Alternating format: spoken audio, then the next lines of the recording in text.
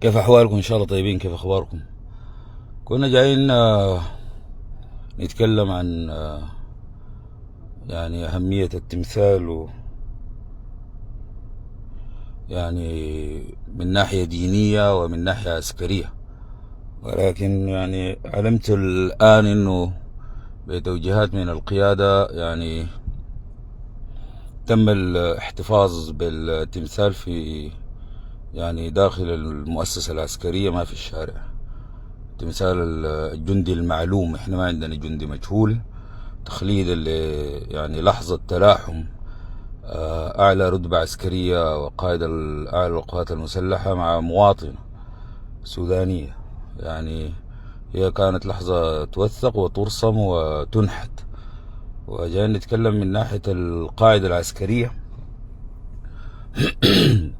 والقاعدة الدينية في يعني مسألة النصب التذكاري. وأنا بتكلم حسي داخل اللايف علمت أنه تم يعني الاحتفاظ بالتمثال في أحد المواقع العسكرية أو داخل موقع عسكري. يعني توجهت القيادة بترى أنه يعني تخليد ذكرى الشهداء والجنود السودانيين هي يعني حاجة معنوية. لا، احنا بنقول لهم معنوية وحسية، وحيتعمل له النصب تذكاري في كل موقع وكل مدخل، وعندنا يعني نثبت به الحاجة دي من ناحية الدين ومن ناحية قوانين ومن ناحية أعراف بشرية. يعني وممكن ترتيب البداية يعني في اللايف.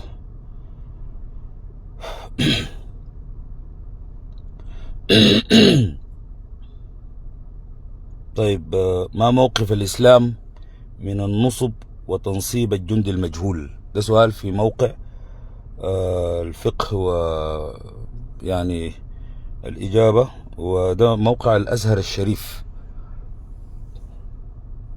قال الجواب: المنصوص عليه شرعا أن الجهاد لم يفرض إلا دفاعا عن العقيدة وحماية الإسلام وصونا من أعدائه وعملا على انتشاره، ولهذا حث الإسلام على الجهاد وكرم المجاهدين وأشاء أداب الشهداء والمقاتلين. ولقد أشار القرآن الكريم إلى فضل الشهادة ومنزلة الشهداء عند الله وما لهم من درجة عظمى يوم القيامة.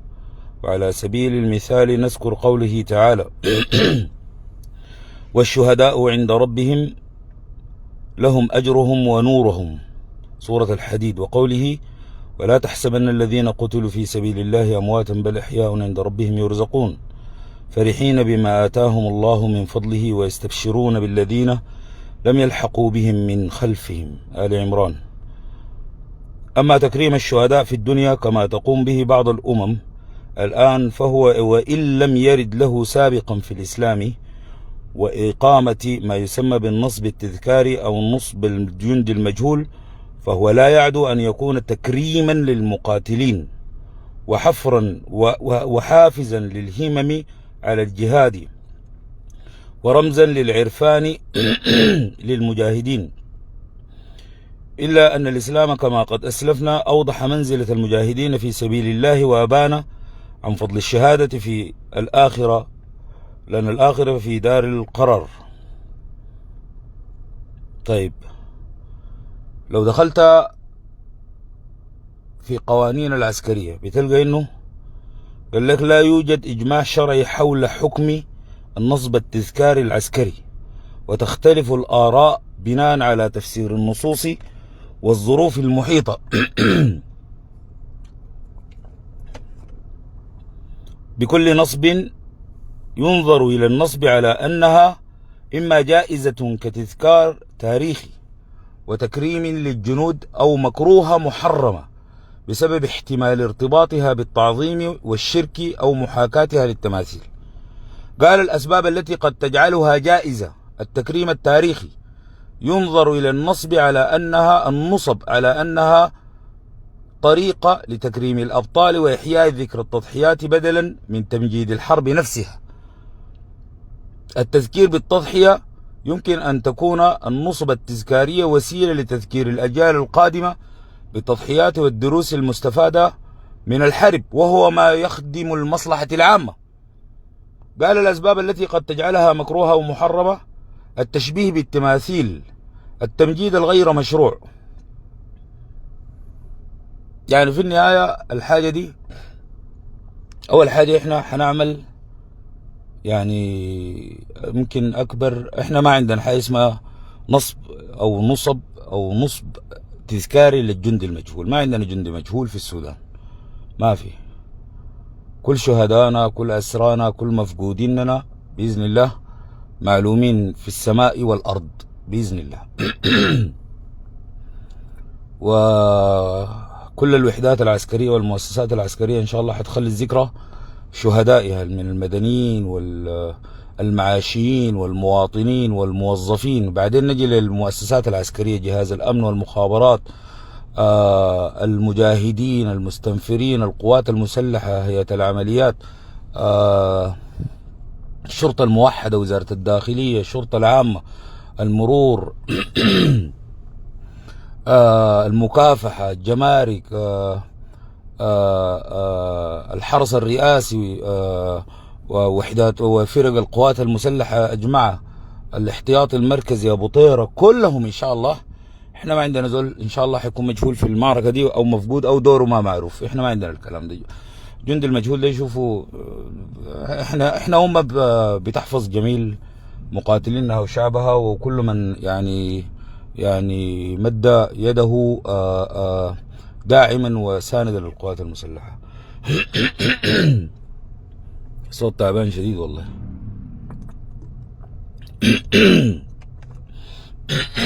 ف يعني الدخلة بتاعت اللايف كانت ترتيبه مختلف، لكن بس انا شفت الخبر ده. فاحنا من ناحية دين ودنيا ان شاء الله قواتنا المسلحة ما دي واحد اتنين في هجمة يعني من جهات انه بتحرم المسألة او بتنقص او بتجي تقول لنا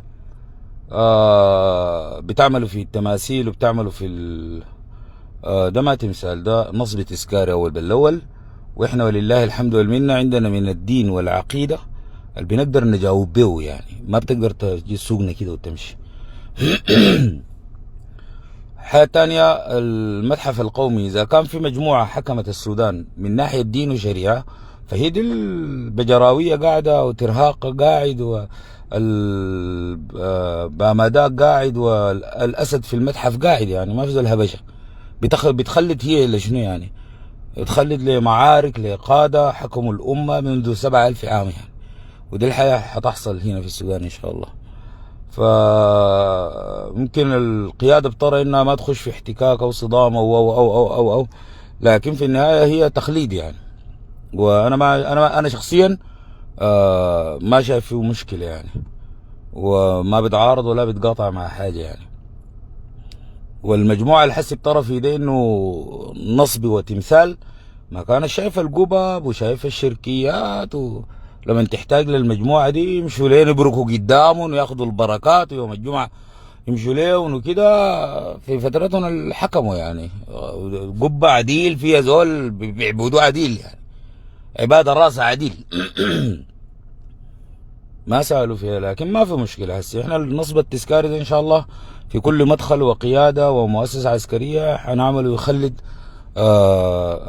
انتصارات وتكريم قواتنا المسلحة في كل زاوية، في كل صينية، في كل تقاطع، في كل لوحة، في كل رسمة، هي تخليد معركة الكرامة ورموز معركة الكرامة ان شاء الله، والسودان كله يعني شارك فيها. الحاجة الثانية والحقيقة بنحيي ولاية الجزيرة، شمال ولاية الجزيرة، معسكرات شمال ولاية الجزيرة اللي انتظمت وشغالين ان شاء الله، ومعسكرات الاستنفار. وعندهم يعني معسكر في ضرب نار ان شاء الله حيكون يوم الاثنين. ده اعلان للناس الفاتم. ومن هنا برضو بنحيي اخونا هشام ابو مرعي وكل الاخوان في المعسكر وتابعنا معاهم، كان يوم الخميس ضرب نار. فدي دفعة بترفع تماما للقيادة إن شاء الله إنهم جاهزين، وشمال الجزيرة جاهزة، وولاية الجزيرة الآن يعني بقت ما الموسم بتاعه ولله الحمد والمنة ما مرتبط بخريف ولا موية ولا ترع. الموسم بتاعه بقى معسكر وزراعة الرجال، ينبتون أخضرا وكاكي. وتحية لقيادة معسكر الاستنفار في المحلية السيد اللواء معاش سليمان الأمين مساعد، وقائد المخابرات العامة بالمحلية العقيد عادل العربي، مسؤول الاستنفار وحدة المسيد هشام حنفي، مسؤول الاستنفار بالمسعودية هشام محمد طه، الإشراف على ضرب النار بالمحلية جهاز الأمن والمخابرات المساعد إبراهيم بابكر، المساعد التجاني حسن، أمين محمد أحمد، مهاب الطيب محمد عباس، الشرطة العامة مساعد عمار عوض محمد سعيد، الطيب محمد زين، قائد معسكر الشهيد الهادي دياب هشام محمد طه. من هنا بنحييهم ونحيي محلية الكاملين. وبرضو من هنا إعلان للناس الفاتم ضرب النار في الخميس، إن شاء الله في ضرب نار يوم الاثنين، وحيتواصل المعسكر إن شاء الله بالمجهود الذاتي. الناس ماشية ومواصلة فيه، من هنا بنحييهم وجاهزين إن شاء الله، وبيرفعوا تمام للسيد القائد العام للقوات المسلحة. وفي نفس السياق احنا شهدنا أحداث في الولاية الشمالية، وده بيان صدر الآن من القيادة العامة القوات المسلحة في الولاية الشمالية. بيان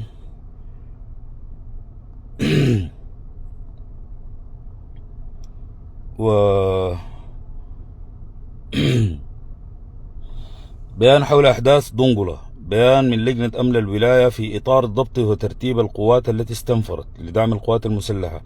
أصدرت لجنة أمن الولاية قرارها بأن تكون كل القوات المستنفرة من أبناء الولاية تحت إمرة القوات المسلحة وتعمل إسنادا لها وفق ضوابطها.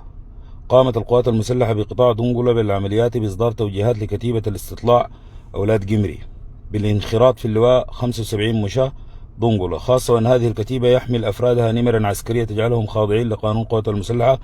رفض قائد الكتيبة المدعو حسين يحيى محمد جمعة التوم قمري الانصياع لهذه التوجيهات، وأظهر عصيانا لتنفيذها، وزاد على ذلك بأنه قام بارتداء رتبة عسكرية مقدم. بعد ذلك دخل المذكور في تحدي بأنه سوف يستخدم القوة لكل من يقترب منه. تعاملت معه القوات المسلحة بمهنية عالية واحترافية، وتم قتل حرسه الشخصي وإصابته هو شخصيا، وتم إسعافه لتلقي العلاج. واحتسبت القوات المسلحة شهيدا في هذه الأحداث جراء تبادل إطلاق النار.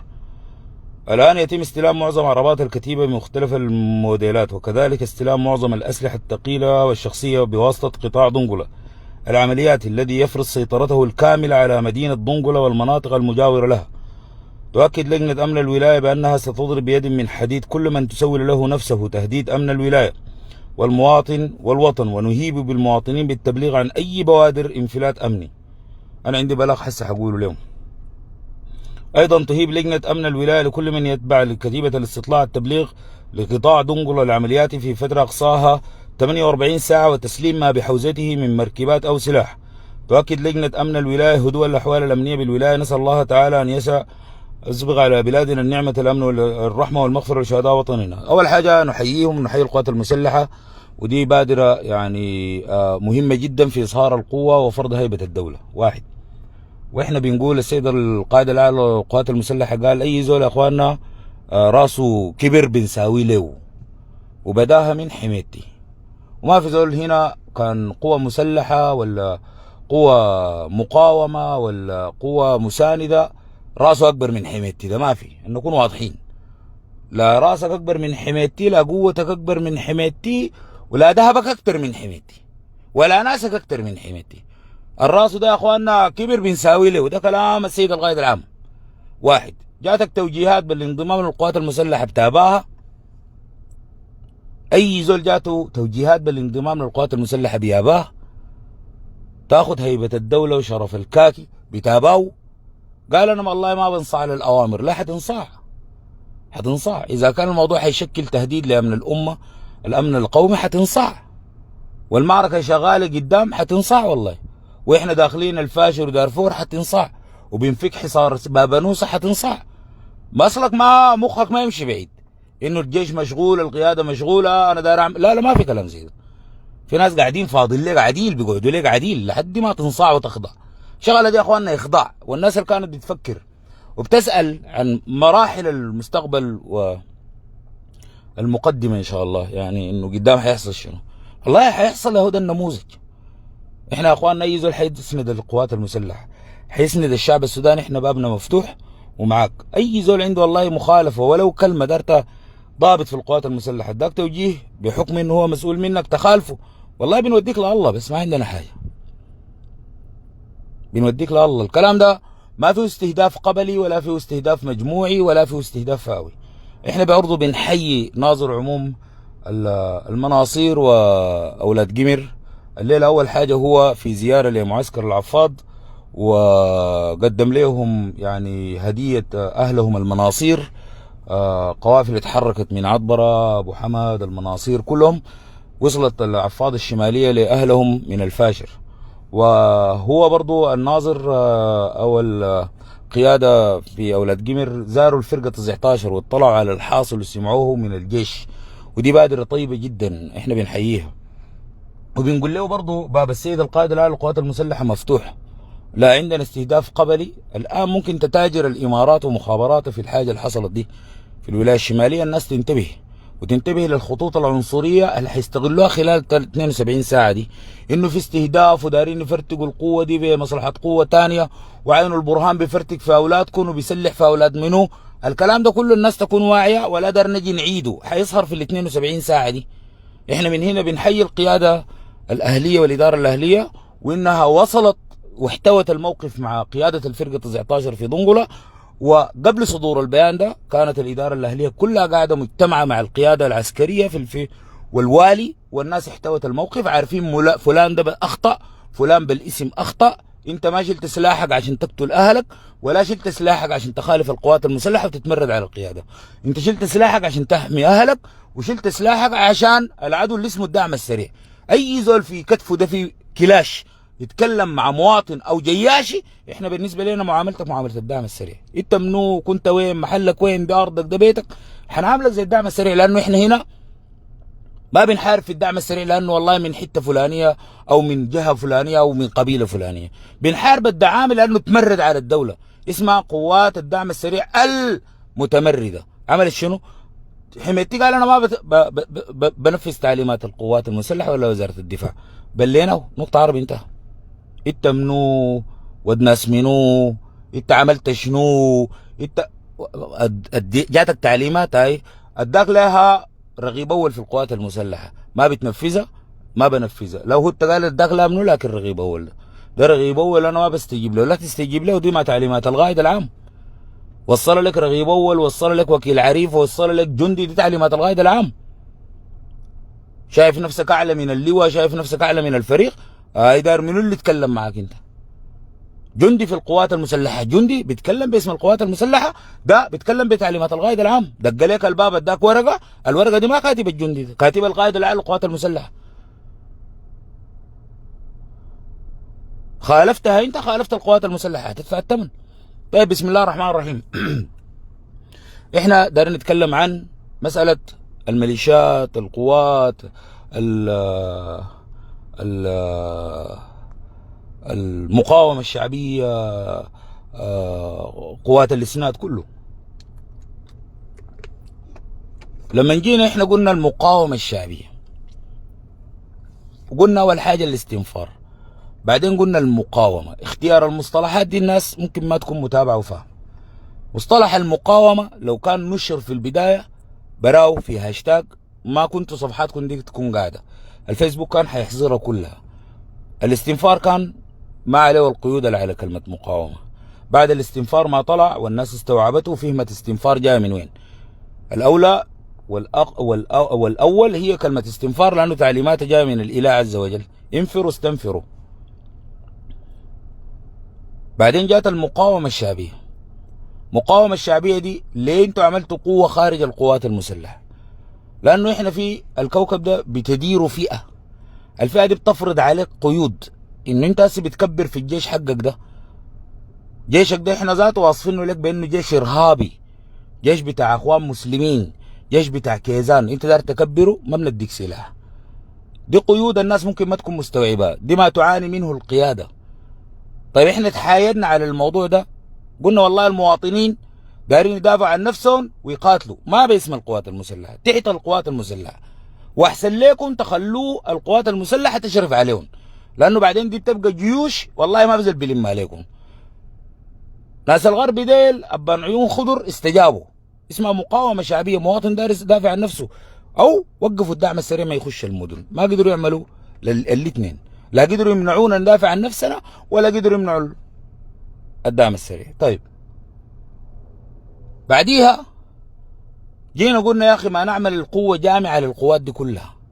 ناس قدمت مقترحات وقدمت مقترحات، احنا في الشهرين والثلاث شهور اللي فاتت عملنا هاشتاج اسمه شنو؟ اسمه قوات الحرس الوطني. هسه في ناس بيبادروا بيطلعوا مقترحات يقول لك دار نعمل قوة جامعة، جيش يلم كل الجيوش دي كلها. طبعا ده ما بيفهموا لا في السياسة ولا في الشيطان بيفكر كيف. ما في حاجة اسمها قوة زي شنو يعني تسميها شنو؟ قوة الاسناد الشعبي ما بتمرقك، تسميها شنو؟ الدفاع الشعبي ما بتمرقك، جيش الاحتياطي ما بيمرقك.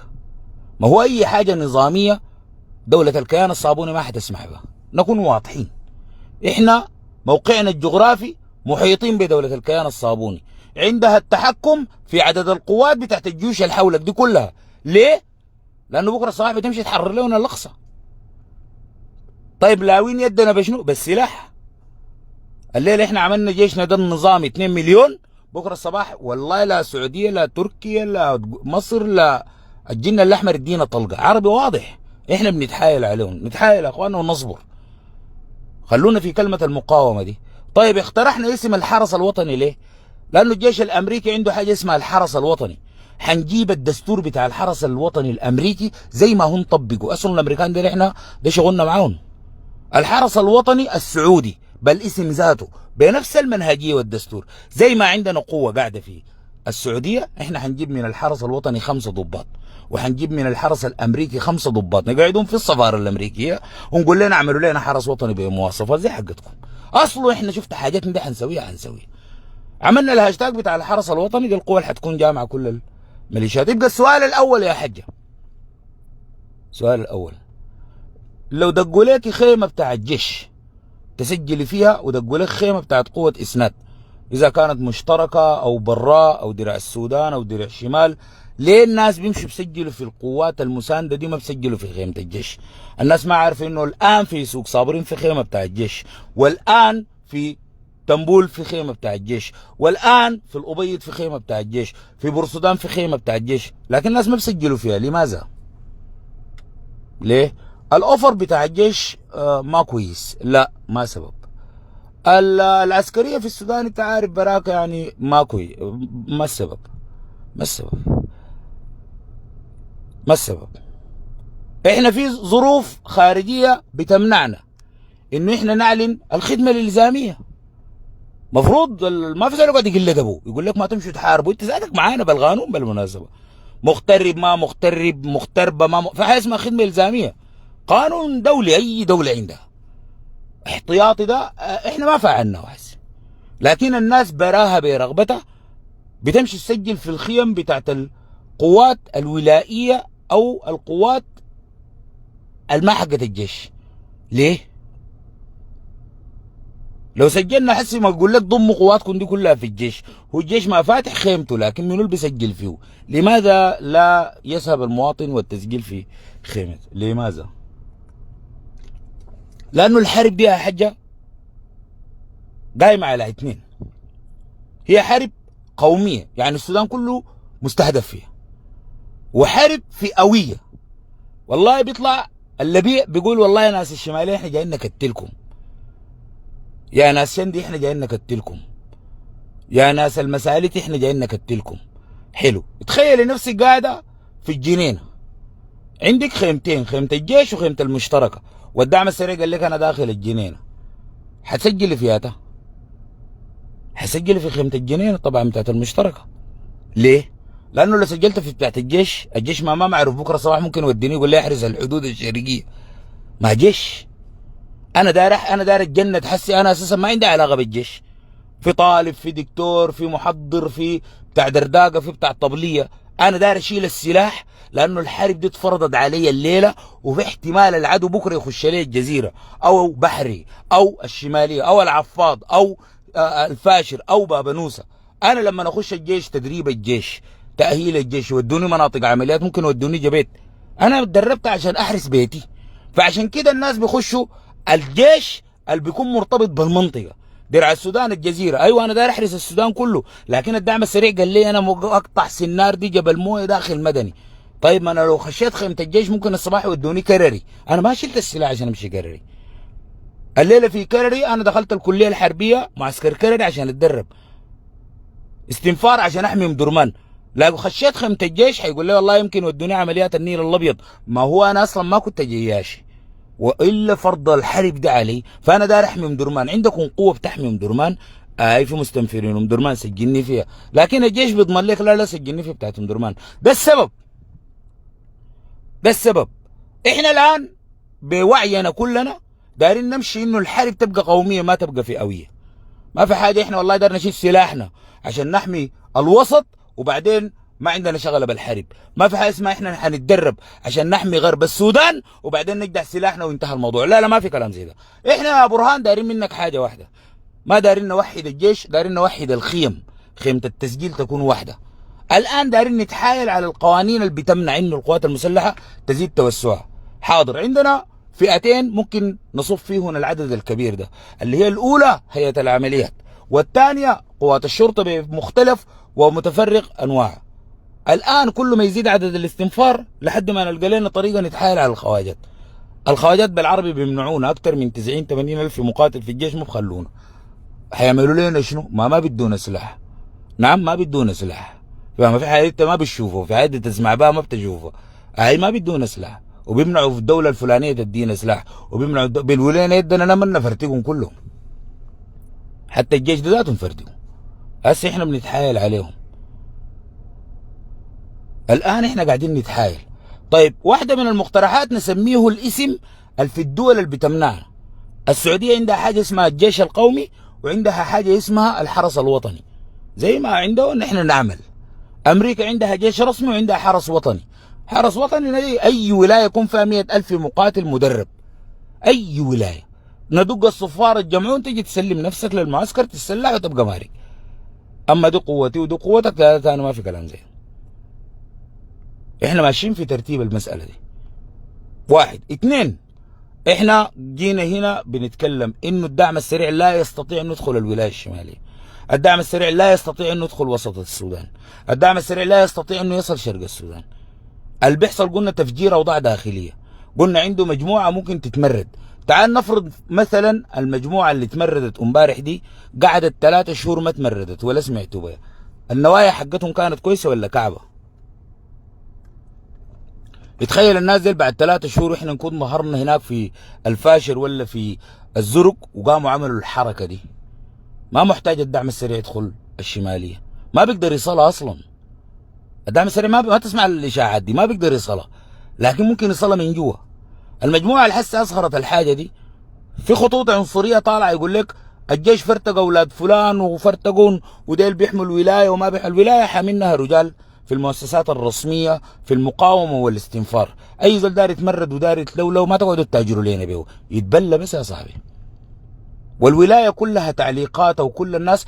الزول ديل المجموعه دي تحديدا انا بينه وبينهم مشاكل من سنه 23، وهم القائد ده ذاته واخوه بيطلعوا فيديوهات بينبذوني انا، بينبذوا غسان لانه انا كنت ضدهم والحياه اللي كانوا بيعملوا فيها. هسه كانوا قبل فتره عندهم واحد معتقل في القسم، مشوا حرقوا القسم كله. هسه سنه ما تمت القصه دي. ولايه كلها رافضه وجودهم، رافضه اسلوبهم اللي بيتعاملوا به. ما يجوا يتاجروا لكم بالقصه الفارغه دي. شماليه حارسينها رجال ولا ديل من ضمنهم ذاته، عشان ما يجوا يعملوا لك قصص والله حتندموا ما حتندموا، ما حتندموا ولا اي حاجه. المخطط بتاع الدعم السريع في تفجير الاوضاع الداخليه في الشماليه عن طريق المجموعه دي اتكشف وفشل.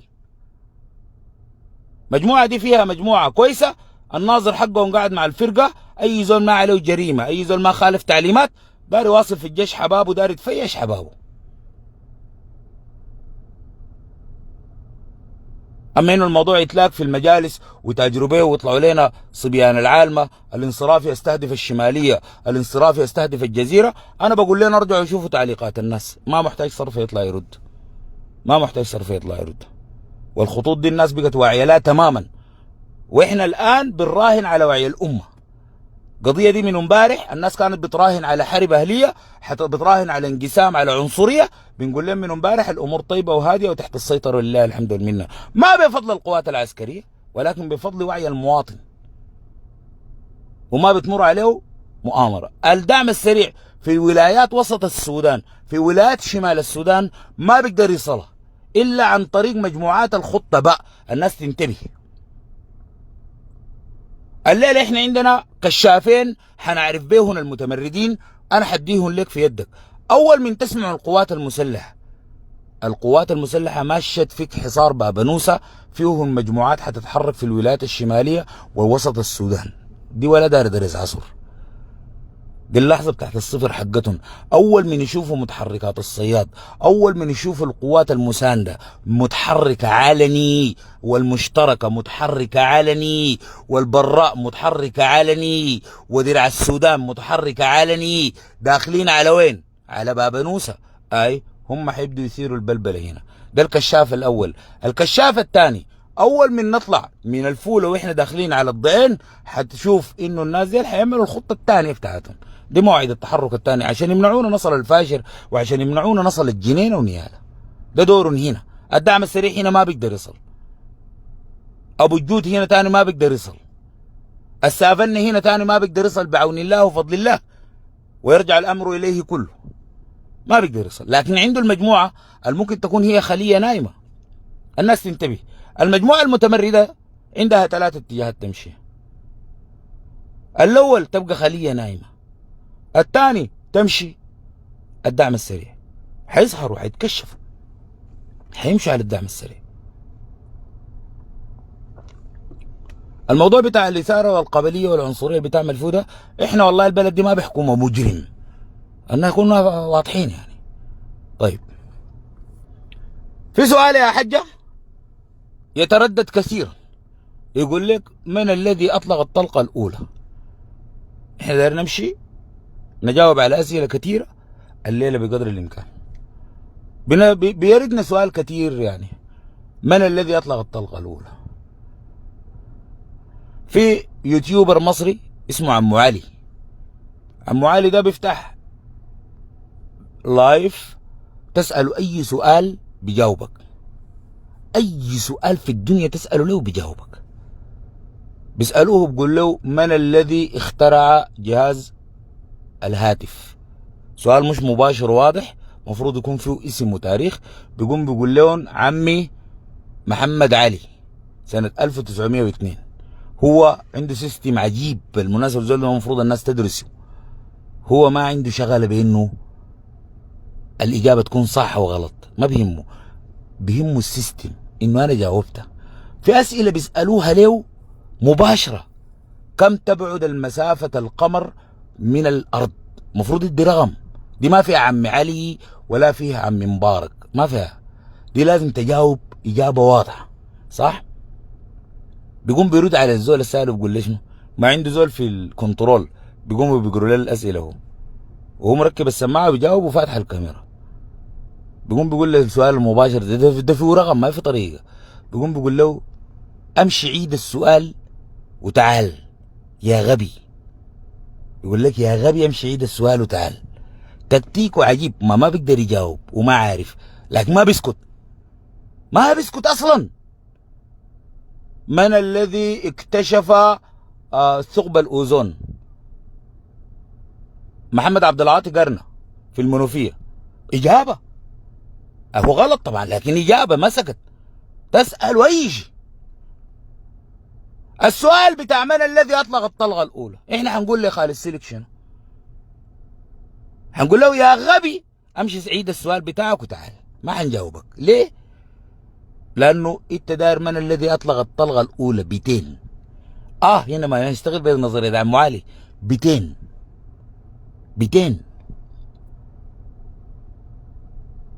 من الذي اطلق الطلقه الاولى؟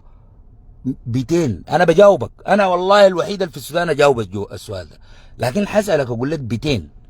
بيتين كيف يعني؟ يعني انت داير اقول لك تفك الطلقه الاولى بتين في الخرطوم ده مكان الزمان يوم 14 ولا يوم 7؟ ما يوم 7 فكها الدعم السريع في مروي، ولا ما حاسبه انت؟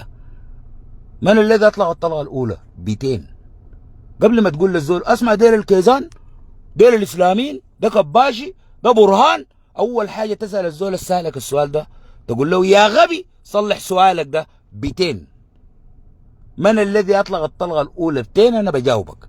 اما من الذي اطلق الطلقه الاولى يا خالد سلك تفكه كده وتمشي، ما بقدر اجاوبك، لانه في طلقه فكت في مروي، في طلقه فكت في مطار مروي، في طلقه فكت في المسافه من غرب ام درمان لحد ما وصل 300 كيلو مروي، في طلقه فكت وهم راجعين من مروي يوم 12 بعد ما طلع لهم البيان، في طلقه فكت الساعه 10 صباحا لما مدخلين مدرعاتهم بشارع المطار، في طلقه فكت لما ماشيين يحاصروا المدينه الرياضيه وجامعه افريقيا ومطبعه القران الكريم. بتين تسأل يمينيات واحدة، انت قصدك الياتا الأخيرة بتاعت يوم 14 دي يوم 15 قصدك 4 دي لو ما طلع فكها الكباشي الكباشي مش الدروة ودراجي شنو تاني كان الوقت ده. يعني من يوم 7 الدعم السريع بيفك في طلقة، من يوم 9 بيفك في طلقة، يوم 12 بيفك في طلقة، يوم 13 يعتقل ضباط من القوات المسلحة وبيفك في طلقة، والكباشي ما يفكها بتاعت 15 كمان. يعني الجيش كان داير الجماعة دي اللي يعملوا لنا شنو يعني؟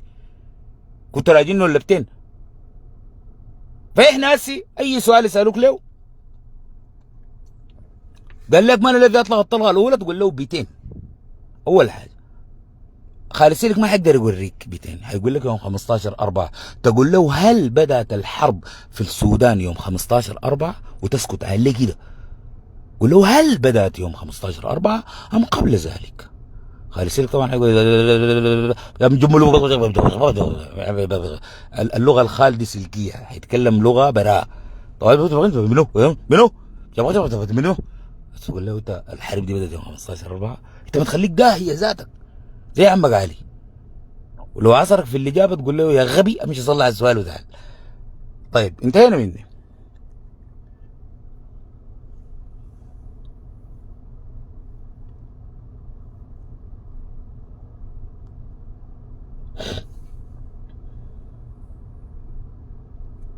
كنا في بلاغ دايرين نرفعه في الولايه الشماليه وفي دنقله في تواجد اجنبي وعوده السرقات والنهب، وفي اجانب دخلوا الولايه الشماليه في الاسواق بعدد كثيف بعدد كبير.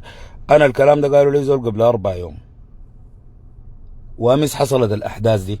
فانا لو ربطت بينهم بقول لك كان في تكتيك بتاع خليه نايمه او تفجير اوضاع داخليه. الوجود الاجنبي القاعد هي دي مسؤوليه اللجنه الامنيه في الولايه الشماليه، انا ما حقوم افصل ولا حزيد في الموضوع. الوجود الاجنبي الان اللي بقى بيظهر في الولايه الشماليه، وممكن اسي اللجنه الامنيه او الوالي او القائد بتاع الفرقه يتابع التعليقات بتاعت الناس، هم اللي بيشرحوا لكم.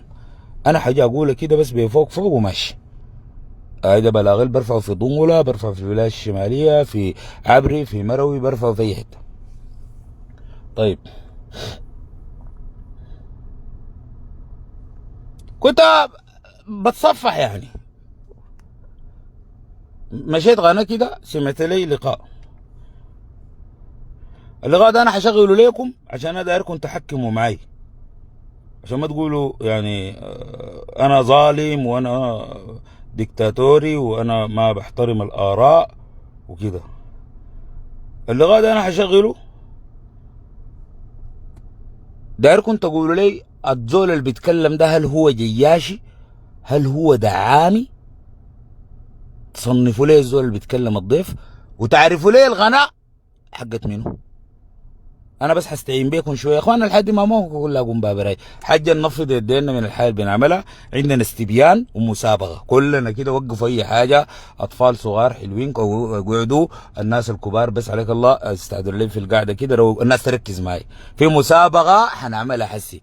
اعرف لي اسم الغنى وصنف لي الضيف هل هو جياشي ولا دعامي؟ الموضوع ما حياخذ زمن، احنا سريع سريع حنكشف الموضوع ده. تمام؟ حنسمع السؤال بتاع المذيع. يلا بسم الله، المسابقة جاهزة يا شباب، يلا ركزوا. أهلا بكم مرة قدمه لنا الزملاء. ضيفي ده كله يعني احنا حنمسحه.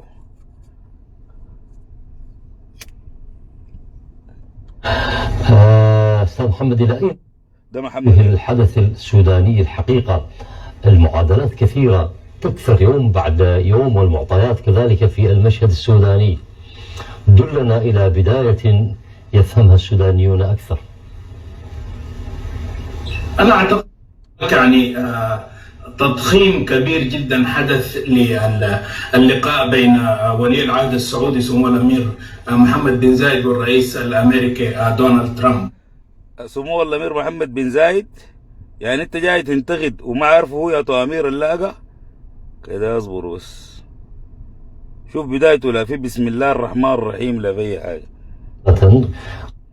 شفت بداية الزول ده؟ عارفوا ليه الضيف اللي بيتكلم ده جياشي ولا دعامي؟ وعارفوا ليه الغنى دي شنو؟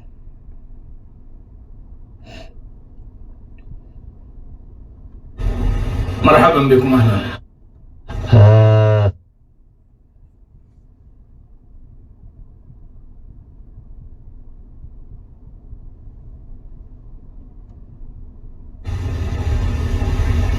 أنا أعتقد أن هناك يعني تضخيم كبير جدا حدث للقاء بين ولي العهد السعودي سمو الأمير محمد بن زايد والرئيس الأمريكي دونالد ترامب. يبدو أن يعني ما حدث يعني كان هناك تعجل واضح، ويعني تحدثنا كثيرا عن هذا الموضوع، ان الحكومه تحديدا والرئيس رئيس مجلس السياده عبد الفتاح البرهان هو يعول دائما على الحلول التي تاتي من الخارج، باعتبار انها يسهل فرضها ويسهل يعني الحصول على حمايه منها، لان يعني المجلس السياده لا يعول على الحلول الداخليه. لذلك بس اقف هنا. الزول ده قال البرهان يعول على الحلول الخارجية. البرهان يعول على الحلول. طبعا الغنى دي بيظهر فيها أستاذنا وحبيبنا مستشار السيد رئيس الجمهورية أستاذ حسن إسماعيل. في ناس حيقول لك حسن إسماعيل اللي عينوا منه مستشار رئيس الجمهورية عينوا غسان وأنا صدقت على القرار، وانتوا منو عشان تعينوا أنا صرفة وده غسان، والما عجبه ما عجبه يعني. بعدين حسن إسماعيل حيلقى أحسن من منو يشاوروا من البرهان، والبرهان يلقى احسن منه من حسن اسماعيل يشاوروا. احنا قررنا خلاص. ها حسن اسماعيل، انا كل مره بقول لك الغنى دي انت ما قدرت تسمعني. الزول ده قال البرهان يعول على الحلول الخارجيه لانه يسهل فرضها على الشعب السوداني. الزول اللي بيقول كلام زي ده اول حاجه هو زول ولا ما زول؟ خليه دعامي وما دعامي ده خليها. هو زول ولا طرابيزه؟ هو زول ولا طرابيزه اللي بيقولوا كلام؟ البرهان يعول على الحل الخارجي. اقسم بدين الله، اقسم بدين الله البرهان يعول على الحل الخارجي. المشكله وين؟ هل المشكله بتاعت السودان دي داخليه ولا خارجيه؟ كده اول بالاول. وطبعا الزول اللي بيتكلم ده بيدعي انه هو بينتمي للنظام السابق، مسخن معه في الكوكب ده نفرين، انا والبرهان. البرهان طبعا ما حشر له ولنظامه. طيب حلو. الحل قال البرهان يعول على الحلول الخارجية، وباقي لقائه بيتكلم عن زيارات البرهان دائما لمصر، للسعودية، لأمريكا، لقطر. طوالي جاري ليه هنا البرهان ووفود جاري هناك. أيوة، وفد البرهان جاري السعودية. البرهان عنده وزير خارجيته مشى أمريكا، والبرهان شخصيا مشى مصر، صح ولا غلط؟ ورئيس وزرائنا مشى السعودية كامل إدريس، ووزير المالية بتاعنا مشى قطر. ايوه، احنا جارين للحلول الخارجية، داسين الموضوع ده. احنا ما داسينه. ليه يا اخواننا؟ ليه بنمشي للحلول الخارجية؟ قال المفروض البرهان يعول على الحل الداخلي.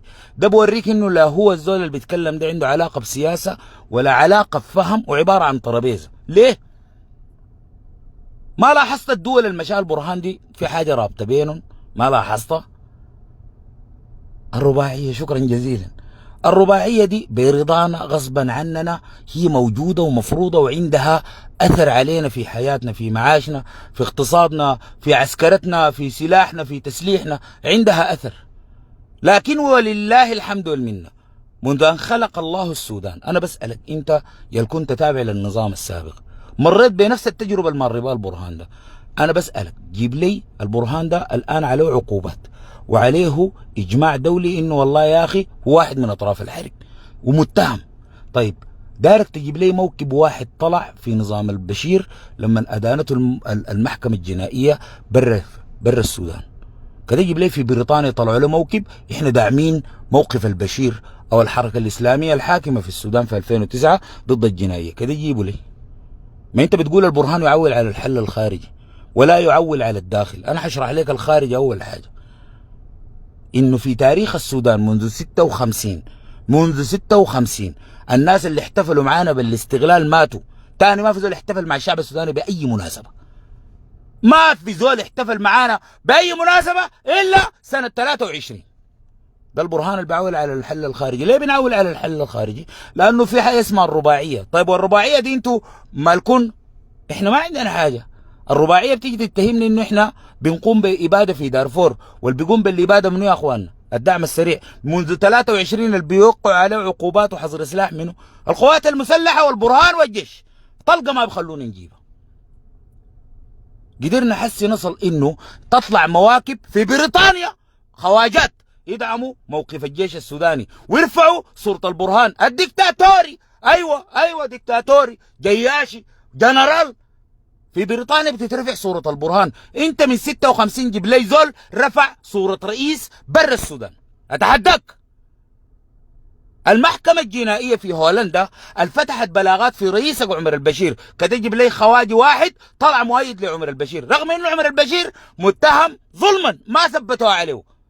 2009 البشير لما جاي من الكليه الحربيه السودان كله طلع معه. هسي احنا في لاهاي دي قالوا كم مره الامارات دي مشوا وقفوا قدام محكمه لاهاي. عمده في هولندا العمده طلع، والبرلمان حقهم الاسبوع اللي فات 3 من اعضاء البرلمان ورئيس المجلس البلدي في هولندا في محليه طلع خاطب الجموع برا قدام المحكمه الجنائيه. جيب لي في تاريخ افريقيا واحد حصلت له قبل كده. بتقول البرهان يعول على الحل الخارجي. ايوه بنعول على الحل الخارجي، لكن لو قدرت تربط بين الاربع دول حتعرف انها دي الرباعيه. الرباعيه اللي قبل شهر طلعت قرار انه السودان يكون تحت الوصايه.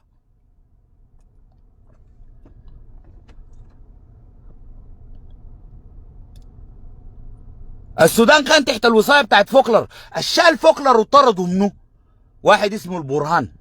فوكلر لما شال مكتبه ومشى قاعد في نيروبي شهر 4 الحصلوا بقرار طرد في نيروبي منه واحد كان اسمه البرهان محاصر جوا القياده العامه.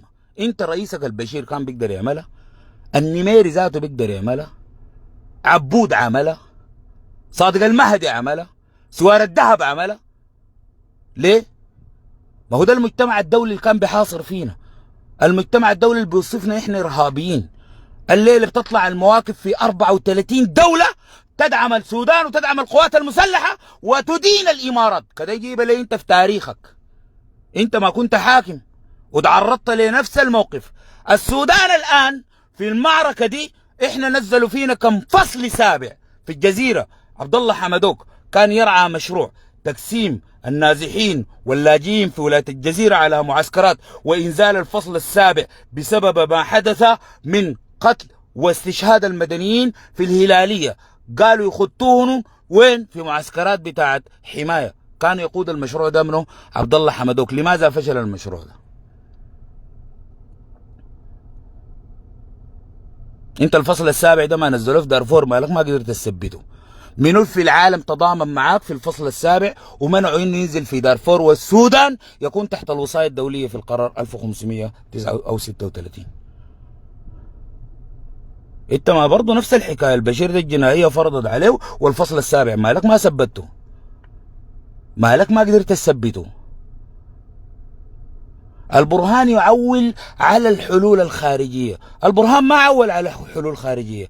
برهان طلع لك في المسجد في بيت الله قال لك بلبس، طلع لك في الميدان قال لك بلبس، طلع لك في المنبر ومبارح قال لك بلبس، والزول ده من 15/4 لليلة ما غير كلامه. لا جا قال والله العظيم احنا نهادن ولا ما نهادن. سمعت وين قال انا معول على حلول خارجية. الخلة السعودية قال الموقف السعودي الناس فرحانين به وطايرين بالسما. اي طايرين بالسما زول مشى لنا خطوة. الله عز وجل في الحديث القدسي بيقول لانه العبد ده لو جاني مشي بجيه هرولة، لو مد يده بجيه عديل. مش كده صح؟ السعودية قدمت بادرة نص ساعة بتتكلم عن السودان. شكرا جزيلا للمملكة العربية السعودية، شكرا للأمير محمد بن سلمان. لكن أنتم تعولون. تعول أنت لو ما بتعرف شغل سياسة وراك له حس البرهان ده، وراتك له الإدارة اللي تدير الدولة دي، وراك له وزير الخارجية ده هسي وراك له. أنت ما كنت حاكم بتقدر تعمل شغل زي ده؟ أنت عشان السعودية دي دعايل لك بالعين ساي بالنظارة ساي كنت بتديها مشروع زي أمطار ده 400,000 فدان. مديت الراجحي دي الولايه بتاعت عطبره دي كلها في مقابل شنو؟ موقف السعوديه كان دعمك في شنو انت؟ دعمك شنو؟ اسال البشير ده لما جينا حسي في محاكمه البشير حاكموه بشنو البشير؟ ب 25 مليون دولار بتاعت محمد بن سلمان. لليله ما قادر يثبتها في المحكمه. لليله دي بيهودها محمد بن سلمان ذاته، لكن في البرهان تعال حاكمه. علاقتك شنو مع محمد بن سلمان؟ اداك قروش يا برهان؟ والله يا اخي مشهد امريكا دعم الموقف بتاعنا وادان الامارات وادان الدعم السريع. والبرهان ده ذاته ودي المحكمه دي ذاتها. ده محمد بن سلمان ذاته مع البشير كانت قضيته شنو؟ والله لقينا 25 مليون دولار تحت سرير الرئيس البشير. ومع البرهان والله الموضوع ده ما كان فيه تحت سراير ولا فوق سراير، ولا كان فيه قروش ولا كان فيه كلام فاضي، كان فيه موقف واضح من الاداره السعوديه مع الاداره الامريكيه. في شنو؟ إدانة الدعم السريع. واحد، الدول اللي بتدعم الدعم السريع منو؟ الإمارات.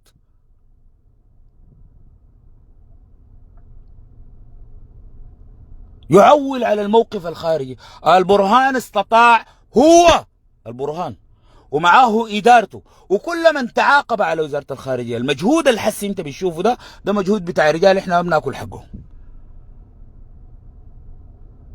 في 34 دولة أول مرة في تاريخ السودان السياسي تطلع 34 سفارة يعملوا مؤتمرات صحفية تدين الميليشيا، تدين التدخل الأجنبي وتدعم قواتنا المسلحة. إحنا كان عندنا قبل أسبوعين مؤتمر صحفي عملته سفيرتنا في يوغندا في زمن البشير كده. يجيب لي مؤتمر دعمك انت سفارتك، خلي الشعب اليوغندي دعمك. سفارتك في يوغندا كده يجيب لي لا اي مؤتمر صحفي دعمت البشير ولا دعمت القوات المسلحه في العقوبات اللي اتفرضت عليها من الجنائيه. جيب لي سفاره واحده في السعوديه دي انت ما تقدر تعمل لك موكب ولا تقدر تعمل مؤتمر صحفي. سفيرنا دفع الله في السعوديه عمل مؤتمر صحفي بحضور رجالي ووكالات الاعلام وادان الامارات وادان الدعم السريع والجرائم اللي حدثت في الفاشر كده. يجيب لي في تاريخ المملكه العربيه السعوديه، تاريخ سفارتك في السعوديه في زمن البشير عملتها واحده. لا تستطيع. كذاب كذاب كذاب. في الكويت عملنا، في يوغندا عملنا، في موريتانيا عملنا، في بلجيكا عملنا. ولاول مره في تاريخ السودان تتفق البعثات الدبلوماسيه مع المقيمين السودانيين في الخارج في هدف واحد. دي ما حصلت قبل كده، انه احنا نطلع موكب في شارع التن ستريت بتاعهم ده في بريطانيا يكون بحضور الجاليه والسفاره السودانيه والسفير. دي ما حصلت. كانت بتطلع مواكب اسقاط النظام، مواكب ادانه البشير، بتمشي تحاصر سفارتنا في بريطانيا. لاول مره انه بعثاتنا الدبلوماسيه تطلع مع المواطنين في هدف واحد متفقه معه، ما كانت معارضه للحكومه. تجي تقول لي يا اخي الاثر الخارجي البرهان يعول خارجي. ايوه يعول خارجيا ومحشرين لهم خارجيا. انت يا تعدو كان للسودان بتقدر تتكلم عنه علني. البشير ده ما تكلم عن الغزافي الا بعد ما مات. قالوا احنا مع الشعب الليبي واحنا ادخلنا قواتنا الى الكفره. هو حيب البشير بيقدر يجيب سيرته؟ بيقدر يجيب سيره الغزافي؟ كان هسي اسرعته ده بلا سبب وبسبب. محمد بن زايد الراكبه، الرئيس كينيا الراكبه، الرئيس اثيوبيا راكبه. انت بتقدر تعمل كلام زي ده؟ انت بتقدر تعمل كلام زي ده؟ بتقدر تعمل كلام زي ده؟ انا بسأل فيك. المصادمة الواضحة، اشتراط البرهان كان في الرباعية، رفضها؟ لا احنا ما بنرفض السلام، اي حتة ينادونا فيها بنمشي. الليلة قال لك في تسريبات انه وفد البرهان قاعد في بروكسل. اول حاجة ما اسمه وفد البرهان، اسمه وفد الحكومة السودانية. الكتب الكلام ده شوقي عبد العظيم الباطل، اسمه كده، اسمه شوقي عبد العظيم الباطل، دار يصطاد في المويه العكرة. الوفد السوداني بتاع الحكومة السودانية قاعد في بروكسل. بتعملوا شنو في بروكسل؟ والله شغالين في تدويل قضية الإمارات وإدانة الدعم السريع وتصنيف الدعم السريع. يعني دارين نصنفه ليكم هنا في أمبدة ولا شنو؟ ما لازم نطلع برا نكلم الخواجات ديل. مشيتوا بروكسل، حنمشي بروكسل طبعا. مشيتوا حنمشي فرنسا ذاتها. الرئيس الفرنسي ايمانويل اول امبارح قال شنو؟ أدان الدعم السريع والدول التي تمد الدعم السريع بالسلاح.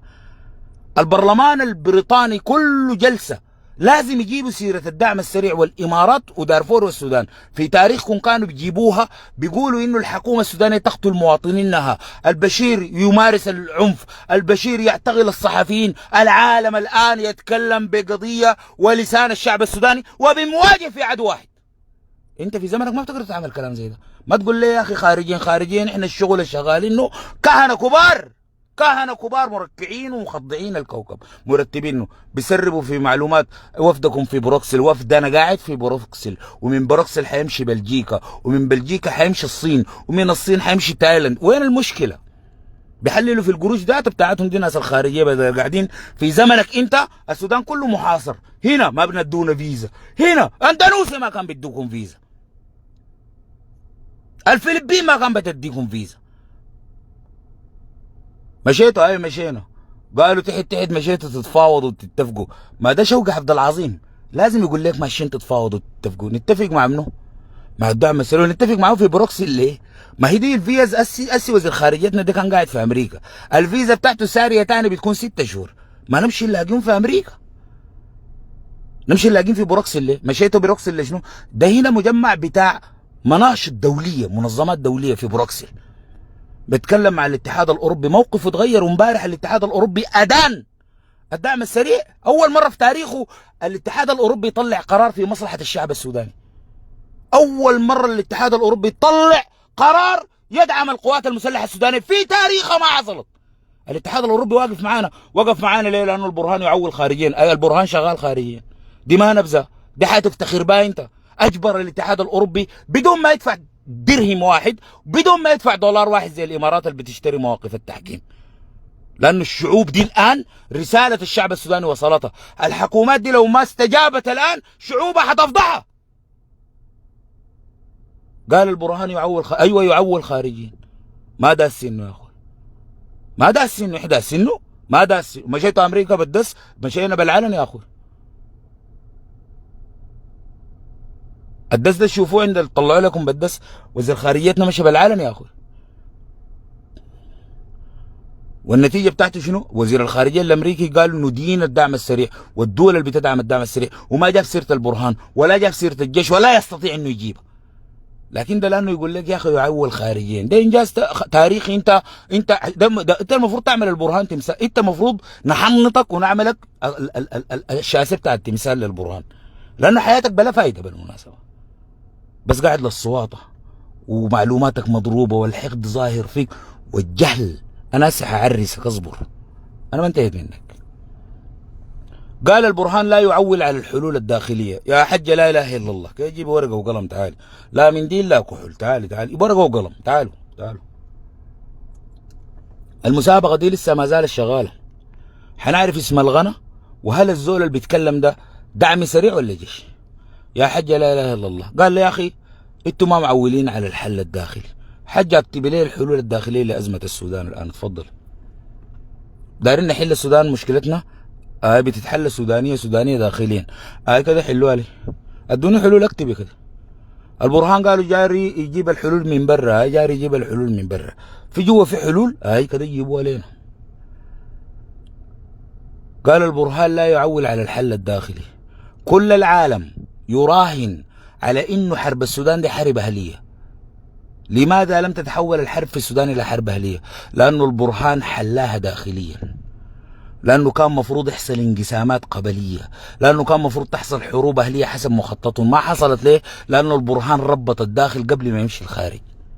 ومبارح دي أكبر مثال في ضنقلة، في قوات بتنتمي لولايات وأقاليم أخرى قاعدة في الولاية، أخطأت أبناء الولاية، أبنائهم أخطأوا، القوات المسلحة ضربتهم في عقر دارهم، لأنه البرهان ربط الداخل. دي كانت في زمنكم انتوا، كان حسي دي الشنط تطاقش، والمؤتمرات بتاعت الترضية تطاقش، والوزارات تطاقش، وهنا ردوه، والمستشارية تطاقش. امبارح 2 تاتشر جيش حسم الموقف وانتهى الفيلم. ليه؟ لأنه البرهان داخليا ربطها يا أخوي. أول من الطلقة دي قامت فكات دعم السريع في الشمالية، ظهر ياسر عرمان وإبراهيم المرغني قال ما كنا نحذر منه من انفصال شرق السودان الآن يحدث. يا اخوي شرق السودان ما فيه حاجه، قال لك لا الشرق حيتفصل. وين؟ لانه البرهان رتبها داخليا ولا ما رتبها داخليا؟ ليه ما انفصل السودان؟ ليه في الحرب دي والدعم السريع مستغل الفرصه كانت ولايات واقاليم تنفصل؟ لماذا لم تنفصل دارفور؟ لانه البرهان رتبها داخليا يا اخوي. انت بتقول لي يا اخي اسعوا للحلول البرة، وانت برا دي حسي قادر تعمل حاجه في السودان؟ ليه؟ لانه البرهان رتب الوضع الداخلي. كل الناس دي راضيه. كيزان راضين ولا ما راضين؟ انا بسألكم يا كيزان راضين ولا ما راضين؟ شيوعيين راضين ولا ما راضين؟ حزب امه، ناس الوثيقه الدستوريه، ناس مبارك اردوغان راضي ولا ما راضي؟ مشتركه راضين ولا ما راضين؟ قوات مسانده راضيه ولا ما راضيه؟ ادارات اهليه، ادارات صوفيه. اولا ظهر الصوره في الميديا بيقول لك انه الان يتم كسير القباب في السودان. البرهان ما تكلم معاهم عشان اوريك انه بربيتها داخليا. امس صلى وين البرهان؟ صلى في القطينة، عمل شنو؟ مشى زار الشيخ الياقوت الشنو؟ الصوفي، اللي هو كان في صورة ولمس قبة لونه أخضر واقف جنبها لودر بيكسر. قالوا الآن يتم تهديم القباب في السوداني، وانتصر التيار المعارف الإسلامي المتشدد، ولا تكلم كثير ولا فك إعلام ولا بتاع. مشى زار الشيخ المنو، وللمقامات محفوظة، الشيخ الياقوت الشنو؟ الصوفي، سلم عليه وساقه من جوا خلوته وطلع بيه برا قايد. ما تكلم كثير، ما تكلم. قال والله الترابط الديني والوحدة الوطنية والسودان، ما تكلم كثير. لاقاك الرئيس بيطلع في منبر، امبارح كان طالع في المنبر، طالع ولا ما طلع في المسجد في المنبر؟ ما تكلم كثير. في المنبر فوق قال شنو؟ قال والله عندنا حاجة واحدة يا سعادتك. طبعا الموضوع ده فيه خلاف بتاع علماء يعني. وقال يا نصر يا شيخ، قال لا ما عندنا. يا سعادتك يا نصر يا شيخ، لا ما بعرف الاثنين ده. جاب حاجه جديده في الدين في المنبر فوق. طبعا ده دين جديد جابوا البرهان امبارح قطعوا من راسه كده. يا اخي الدعامه بيقولوا لك 2 بس، يا نصر يا شهاده، واحنا المسلمين والالمان والروس كل العالم بيقول 2 بس، يا نصر يا شهاده. في الحرب معروفه. البرهان جاب واحده جديده قال ياكي منا احنا ياكم لهم. الموضوع ده شخصي والله، شايله شخصي. ده في المنبر امبارح نزل بكل هدوء رد على الصوره دي. كيف انت قايله مره العمليه دي عملها ساي صدفه يعني؟ الناس اللي بتتكلم عن انه القوات المسلحه مستهدفه الصوفيه، والقوات المسلحه الان الدوله الارهابيه تقودها والجيش، مشى سلم على الشيخ، اكبر شيخ عندهم، ساقوا من خلوته، كان يستند على يد البرهان الرئيس، ساقوا قعدوا في كرسيه وقعد في حضرته، ما عمل حاجه، شرب كوبايه المويه ومرق من المسيد. نقطه عربي انتهى. ده اسمه تربيط الوضع الداخلي، ده اسمه تامين الوضع الداخلي، ده اسمه عول داخليا حتى تتحرك برا. انت شغل زي ده ما بتقدر تعمله، لا انت ولا العينك. قلنا لك الزول ده كاهن، انت ما قدرت تقتنع، لا معاه امانه حزب ولا دائره حزب ولا دائره الاعلام ولا براو. دي مشكله، فتنه، دي حتكون طائفيه ما دينيه. احنا ديننا واحد، احنا مشكله طائفيه حتكون. شاف الصور مرتجه في الميديا، حيكون شافها بالتاكيد. قال نصلي في الحته الفلانيه، نسلم على الشيخ الفلاني، الرساله لفت العالم كله، انتهى الموضوع. نقطه عربي انتهى، قفل الباب بتاع الفتنه ده. ده ما هو معول على الوضع الداخلي، لو ما معول كان بتحصل الحاجه دي. لو ما معول على الوضع الداخلي، المواطن اطلع من الفاشر ده الليله قاعد وين؟ قاعد في الشماليه. لما انت في 2003 انت والبشير كنتوا حاكمين، المواطن اطلع من الفاشر خطيته وين انت؟ خطيته في معسكر زمزم برعايه الخواجات والمنظمات الدوليه. انت من سنه 2003 ما قدرت ترجع المواطن ده بيته لحد سنه 2019، صح ولا غلط؟ الليل المواطن ده طلع من الفاشر، اديناه معسكر بتاع خواجات، دخلنا عربات الامم المتحده السودان، قسمنا السودان وخليناه في اداره المنظمات، اليو ان الحايمين 24 ساعه قاعد يلاقوك حسي. المواطن ده بيكر عينه ما جا من الفاشر لحد الشماليه، المعسكر ده ما قال من بين مواطنين سودانيين مع اخوانهم جوا المعسكر ده، ما بيستعدوا بيجهزوا انهم يرجعوا يستردوا الفاجر، دايرين يقعدوا في معسكر بالفصل السابع، دايرين يقعدوا 23 سنه ثاني. ما من جوا المعسكر برجالهم ونسوانهم بيقولوا الفاشر جوا. انت في زمنك كنت بتقدر تعمل شغل زي ده؟ لانه البرهان معول على الداخل، لانه البرهان ربط الداخل، لو ما ربطوا الحاجه دي ما بتحصل. كانوا المواطنين دول طوالي مشوا معسكرات اللجوء، معسكرات النزوح، كانت حتلقى الامم المتحده وفوكلر وهتلر والجن كلهم قاعدين حارسينهم. ده في زمانكم انتوا. لا في زمن البرهان ما في كلام زي ده. الداخل مربط، المواطن دي جاي من الفاشر ضيف على اخوانه في الشماليه وفي الوسط وفي الخرطوم، راجع ما عمل له معسكر بتاع امم متحده ولا فصل سابع ولا نزع سلاح في المعسكر. لا ما في كلام زي ده. ده في زمنك انت. مواطن ده راجع حسي حتته، جا ارتاح هنا. قلنا اللهم فك حصار الفاشر، الله عز وجل فك حصار الفاشر. طلعوا المقاتلين اللي كانوا محاصرين في الفاشر برقوا برا. اسي انا اتحداك تجيب لي فيديو من الفاشر. الدعم السريع بقى موضوع الفاشر ده ما دار يفتحه. اتاكد انه ركب اكبر ماسوره في حياته. احنا زانقينه، السودان كله محاصرهم في الفاجر الليل، لانه البرهان عول على الداخل، لانه البرهان ربط الداخل. الناس اللي بيفتكروا انه السهل الممتنع اللي بيحصل ده ما توفيق الهي يا اخوان. خطوات زي دي البرهان عشان يعملها كان فيها كم مليون دولار اتدفعت. كنا اشترينا الاتحاد الافريقي، وكنا اشترينا الزعماء الافارقه، وكنا رسلنا ما عارف هدايا وين، وكنا ما عارف عملنا الفيلل الرئاسيه واشترينا هدايا للرؤساء. البرهان ده كله ما عمله. اول حاجه في الاتحاد الافريقي احنا رافضين، مرفوضين عادي من الاتحاد الافريقي، واللي قال ذاته رافضنا، وما في منظمه ذاته كانت في افريقيا دي شغاله بينا. والله مرفدين، ما عندنا زول ذاته نرشيه. هسه احنا في افريقيا قاعدين نرشيه، ما في زول ذاته ترشي لنا. كنا اديناه نسد النهضه ووقعنا معاهم اتفاقيه القرن زي ما عملتوا انتوا في 2015. ما وقعنا البرهان ده، ما وقع مع اي زول، ما وقع مع اي زول، ما اتعهد لزول بحاجه. هسه السعوديه دي انت سمعتوا قال لهم انا حديكم حاجه قصاد الموقف اللي عملتوه مع امريكا؟ سمعتوا؟ تعال قريب كده قال للسعوديه بديكم شنو مقابل الحاجه اللي عملتوها؟ ولا حاجه، ولا حاجه. قال لي قطر حديكم مشروع قطر الخيري وين؟ ولا قال لهم حاجه. قال لي عمان شنو؟ ولا حاجه. قال لي مصر شنو؟ اتعهد بشنو؟ ولا حاجه، ولا اي حاجه. خسران شنو؟ انت زعلان مالك؟ البرهان يعول خارجيا وما يفتح لك فرص بتاعت الفيزا بتاعتك دي تدق على بروكسل، فيزتك تدق على اندونيسيا، انت مالك زعلان؟ البرهان بيعول خارجيا، وين المشكله؟ لكن قدرت تربط الدول الخارجيه اللي عول عليها البرهان دي من الرباعيه ذاتها، اللي هو محمد التعايشي ما قادر يصلها، فضل الله بورما ما قادر يصلها، حميتي ما قادر يصلها، واصل البرهان ده. وانتوا اصلا الرباعيه دي ما المفروض تكون ما بسببك انت. ما هو الناس دي حسي كلها مركبه معانا وش بسبب الاخوان المسلمين والكيزان، بسببك انت. يعني انت كنت في السلطه ما حشر لنا، وحسي ما حشر لنا. هسه الامارات دي لو سالها قال لها بتحاربوا في السودان شنو؟ قالت شنو؟ ما قالت بسببك انت ده، ما قالت الكيزان حيجي يمسكوا السلطه. البرهان سالك زلاك فيها، قال لهم تعالوا هاكم دي قياده الاسلاميين وفكونا من الموضوع.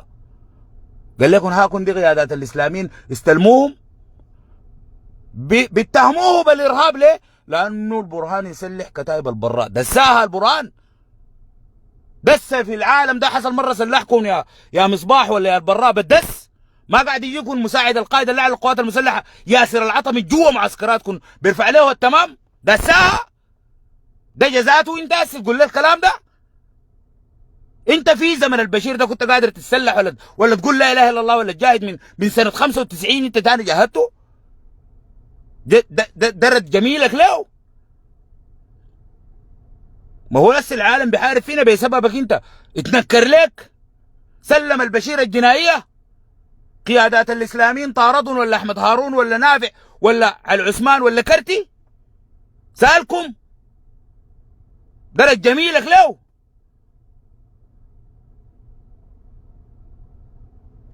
المسابقة ما زالت قائمة يا حجة.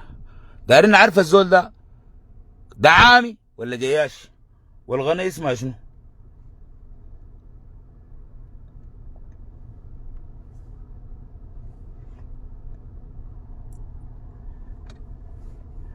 عيد لي الحتة دي، عيد لي. واضح. ويعني تحدثنا كثيرا عن هذا الموضوع، ان الحكومه تحديدا والرئيس رئيس مجلس السياده عبد الفتاح البرهان هو يعول دائما على الحلول التي تاتي من الخارج باعتبار انها يسهل فرضها ويسهل يعني الحصول على حمايه منها، لان يعني المجلس السياده لا يعول على الحلول الداخليه. لذلك ما إن يعني نشرت وسائل الإعلام خبر حديث الزعيمين سارع مجلس السيادة بإصدار بيان. يعني كان هذا البيان متعجلا للغاية وغير يعني ملائم لطبيعة الطريقة التي تصدر بها البيانات الحكومية، حيث لم تتلقى الحكومة السودانية تنويرا رسميا بما حدث، وإنما التقطت الأمر من وسائل الإعلام. ثم قال المجلس السيادة طلع بيان مستعجل. الزول عمل مؤتمر صحفي والموضوع منقول مباشرة بخصوص السودان، وانه اقر بشرعية الحكومة السودانية. وترامب قال انا كنت اعتقد انه ما في حكومة في السودان والوضع فوضوي. قال الان اعتقد انه الان في حكومة والوضع غير فوضوي. وشكرا لمحمد بن سلمان قال لي الحاجة، قال تلقته من وسائل الإعلام. ما هو الوسائل الإعلام انت قال الكلام ده نقله صحفي يا صعلوق انت؟ الكلام ده ما بيتكلم فيه ترامب مباشر، انت دار تضلل في دي ذاته.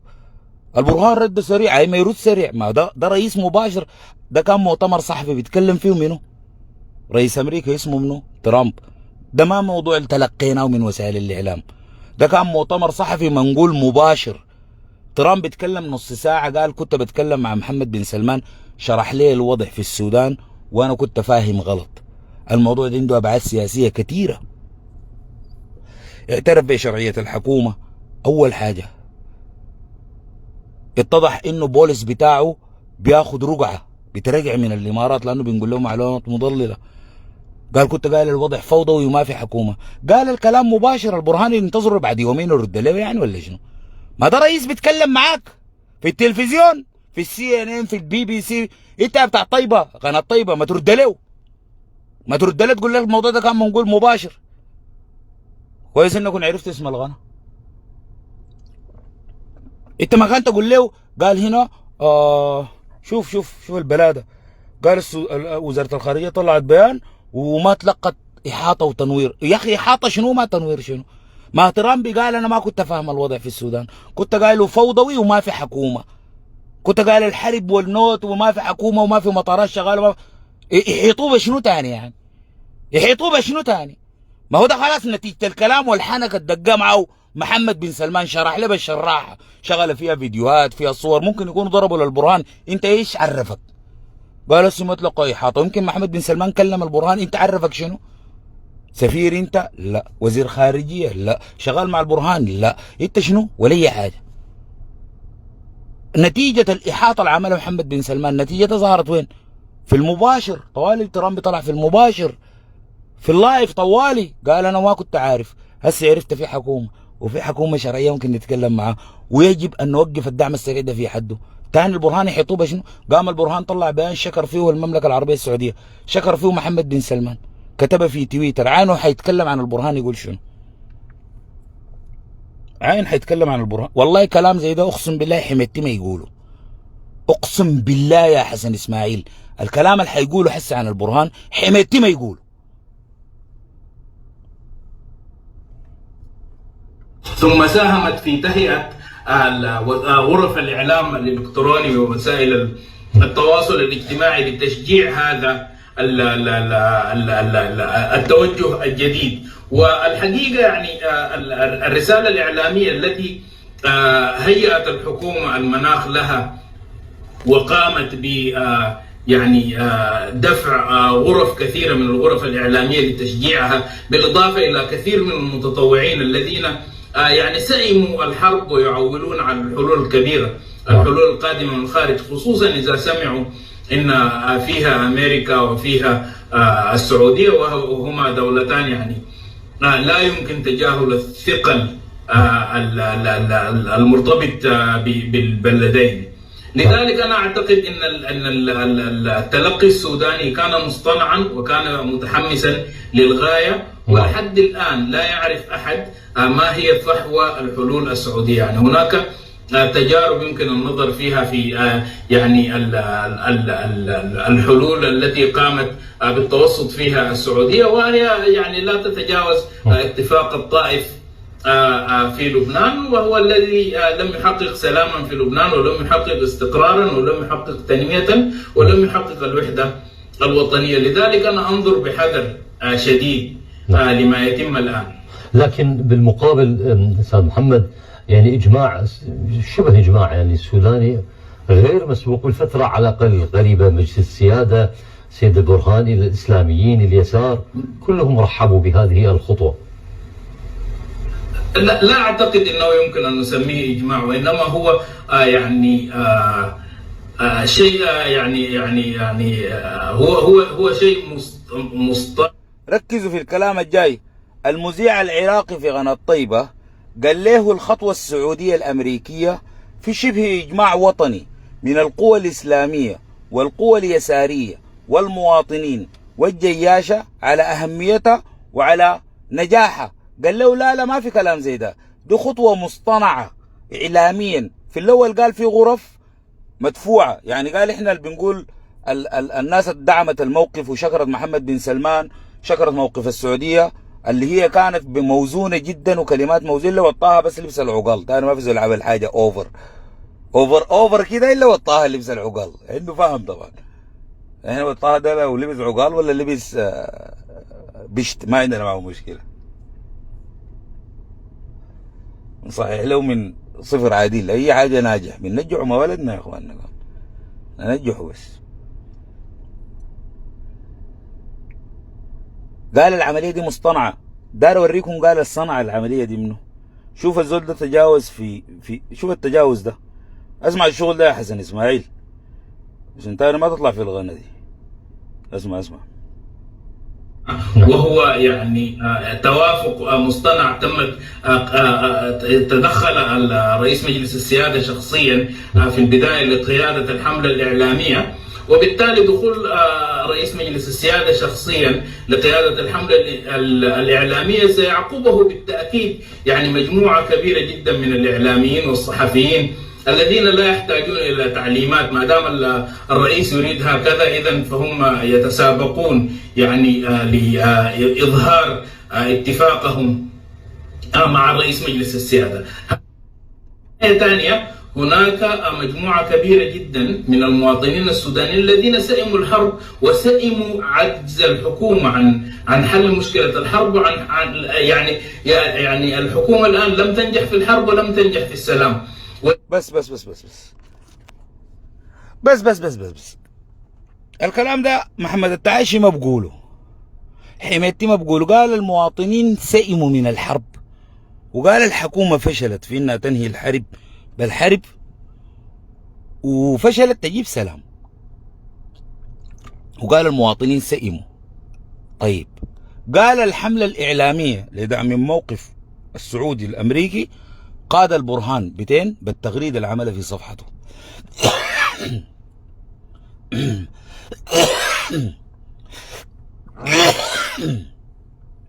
الوسيلة اللي عرف بها البرهان ما دار في الاجتماع السعودي الأمريكي كانت شنو؟ كانت المؤتمر الصحفي الإعلامي المبثوث عبر الميديا بين ترامب وبين محمد بن سلمان. كان بيتكلم ترامب ومحمد بن سلمان قاعد في كراسي الجلوس.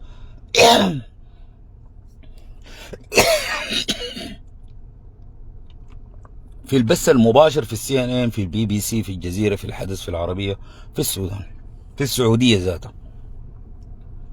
الرد المباشر يكون عبر الميديا في نفس الطريقة.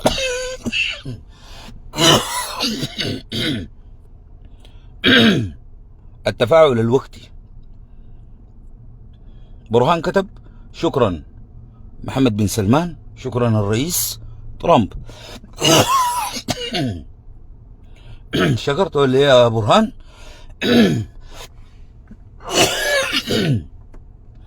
قال: الآن أصبحت أفهم ما يجري في السودان. في ال3 سنين دي منظمات، ناشطين، حقوقيين، إعلاميين، قحاتة، بروكسل، 2 مبعوث، 2 رئيس أمريكي، كلها كانت بتنقل معلومات خطأ عما يجري في السودان. الزول اللي طلع قال: أنا الآن فهمت الحاصل. نشكره ولا ما نشكره؟ سيد الرئيس قام كتب تغريدة شكره. ده قال الحملة الإعلامية غاد البرهان، وبعد ذاك المجموعات والناس مشوا وراه لأنه البرهان عمل الحملة. والصحفيين اللي بيباروا البرهان مشوا وراه بدون تعليمات. أول حاجة احنا البرهان ده قاعدين نمشي معاه بدون تعليمات، واحنا الجوقة بتاعت البرهان ذاتنا ما أنا وغسان و2 3. لا لا لا لا، احنا الشعب السوداني بتاع دقشك طبلك. البرهان مشى قال امريكا دقشك طبلك، قفلت، انتهى الموضوع. واشنطن طوالي قال السعوديه دقشك طبلك السعوديه. قال نمشي نقعد في بروكسل دقشك طبلك بروكسل. طلع في المسجد امبارح قال ما عندنا يا ننتهي احنا يا ننتهي انتهم. دقشك طبلك طوالي. احنا مغمدين يا اخوي، ده ما قايدنا ورئيسنا. انت قالوا هزار ولا شنو؟ 1. 2 قال السعودية قبل كده ما نجحت في مفاوضات وفي اتفاق. ضرب مثال بمنه بمؤتمر الطائف بتاع لبنان. مؤتمر الطائف بتاع لبنان نجح، لكن انت ليه ما ضربت مثال بمؤتمر مكة جوا الكعبة ده المشي فيه البشير ومشي فيه محمد كاكا، ابوه اسمه رسلان ولا اسمه ابوه فيه سين وتاء، رئيس التشهد السابق ده، مدعقد بينه وبين البشير اتفاق جوا مكة جوا الكعبة في حضور الملك عبد الله. ما قعد البشير لحد ما مشى لي الله، ومشى ذاك ابو محمد كاكا ده لي الله رئيس التشهد. ما الاتفاق كان ساري، تشهد ما حاربتك، ما نجحت فيه السعودية. الحاجة اللي حس عملها محمد بن سلمان، محمد بن سلمان ما مشى ساق اتفاق وتفاوض بينه وبين امريكا. احنا وامريكا ما كان بيننا حرب عشان السعوديه تيجي تقول لي ما حصل مره قبل كده نجحت في تفاوض او نجحت في عقد تفاوض. ما حتكلم لك عن جده، فشلت طبعا جده. محمد بن سلمان مشى وضح موقف الذي يحدث في السودان، ما مشى يحل لنا مشكلتنا مع امريكا. ما عندنا مع امريكا مشكله عشان السعوديه تتدخل بتفاوض يا عمر. هو ما في زال يتكلم عن تفاوض ولا عقد قمة سعودية أمريكية سودانية لحل الخلافات السودانية الأمريكية أبدا. كان في جواسيس زيك كده بيطلعوا في المنصات والإعلام بيقولوا الحرب في السودان حرب بين جنرالين، الجيش غير مسيطر، حكومة البرهان ما عنده قرار، البلد فوضى. مشى محمد بن سلمان قال لي ترامب البرهان حاكم وفاتح أكثر من 6 مطارات والمدارس شغالة والجامعات شغالة والبل شغال. قال لي البل شغال، قال لي والفتك شغال. فتك فتك فتك كده، عمل لي كده فتك فتك، جاب عربية نيسان ربع كده، قال لي اسمه الفتك. فتك فتك فتك يا صاحبي، عشان تعرف انك انت المستعجل، انت اللي بتوهم في الناس. منو اللي قال السعودية عملت اتفاق والتفاوض بين السودان وامريكا؟ منو اللي قال الكلام ده؟ جبته من وين انت؟ السعودية لم تنجح قبل كده في مفاوضات إلا حقة الطائف. لا، السعودية نجحت في مفاوضات قبل كده، حقة الحوثي نجحت،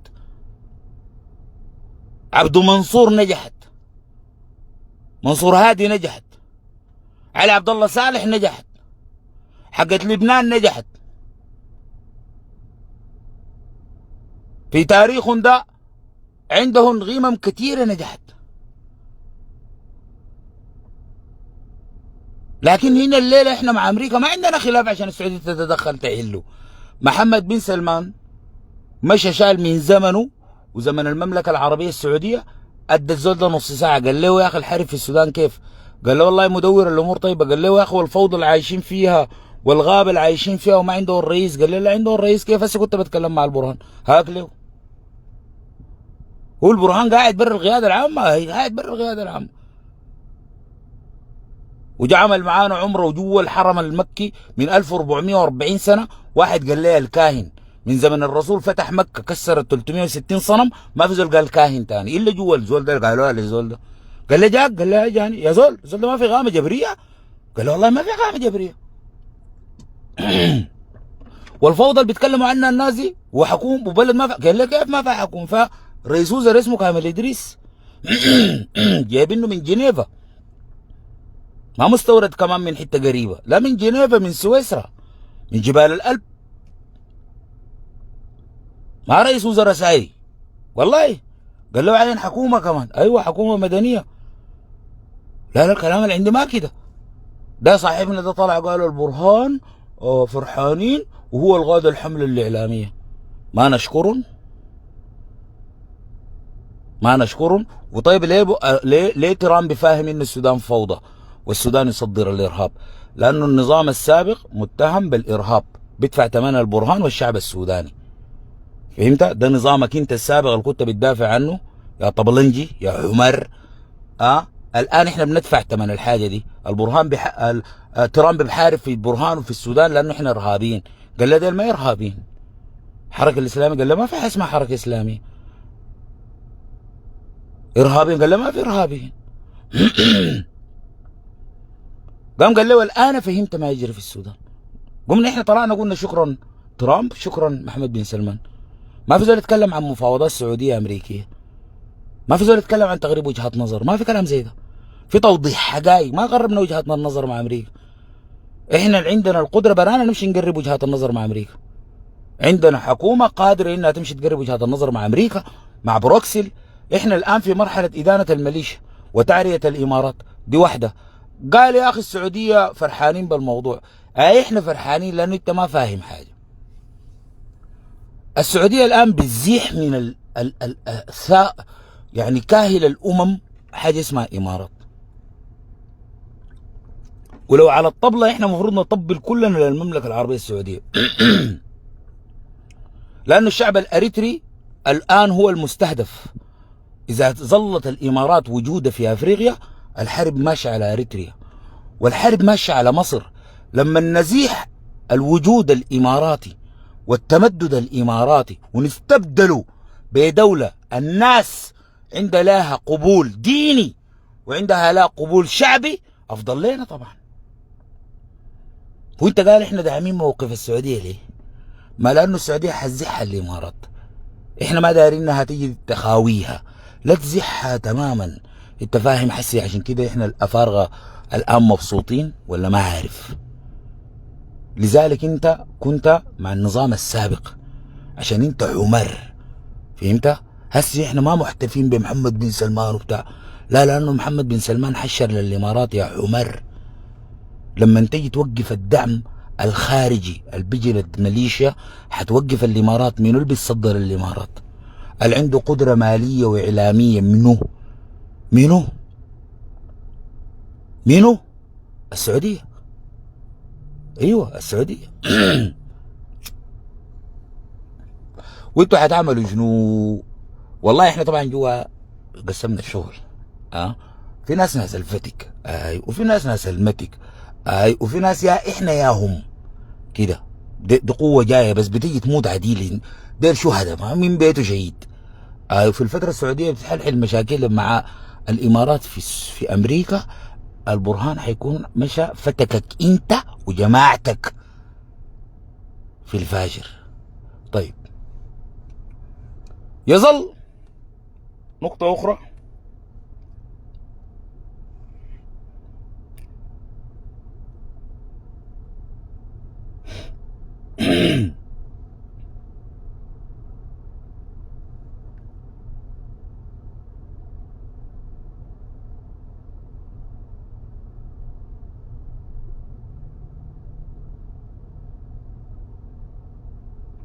هسي ده بيان الحركة الإسلامية بتاع ليكرتي قال سارعنا في الحركة الإسلامية بالترحيب بمساحي صاحب السمو الملكي الأمير محمد بن سلمان. ده البيان اللي عمله علي كرتي الأمين العام للحركة الإسلامية. حتى أنت حركة إسلامية أمينك العام رحب بالقرار ده. ده البيان اللي أصدره بيان حول التصريحات الخارجية ومحاولة الهيمنة على القرار الوطني. قال سارعنا في الحركة الإسلامية بالترحيب بمساعي صاحب السمو الملكي الأمير محمد بن سلمان ولي عهد خادم الحرمين الشريفين في التوصل لحل ينهي الحرب المفروضة على بلادنا. هذا بيان علي كرتي يرحب بمساعي. انت يعني لا طلعت حركة إسلامية، لا طلعت جياشي، لا طلعت قاحاتي، لا طلعت كوز.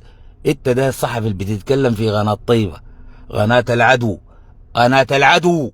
انا بقول لك قناة طيبة دي قناة العدو، الناس ما قدرت تصدق. قناة طيبة قناة العدو، قناة العدو. اشوف المعد اللي اختار الزول الضيف ده في نفس اليوم المفروض تجيب ضيف داعم للبرهان والقوات المسلحة، تستضيف حسن اسماعيل، تستضيف دكتور خالد، تستضيف دكتور جمال الشهيد، الناس اللي حتجي تشرح موقف القوات المسلحة، تشرح موقف البرهان، مش تجي تستضيف لي دعامي وفي الدعامي بليد. قال الناس سئمت الحرب ودار توقفها والجيش فشل. انت ما تبقى رايل تيجي تستنفر مع الناس وقت تسوف فشلنا. احنا خلاص فشلنا، احنا خلاص فشلنا. ذكرتني الدعامي. طيب هنا عندنا رسالة للسيد القائد الأعلى للقوات المسلحة كاهن البرهان.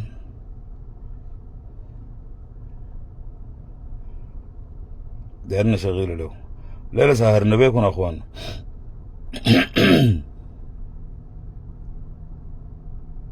طيب اسمع المذيع ده سأل الزول ده شنو وقال شنو. اسمع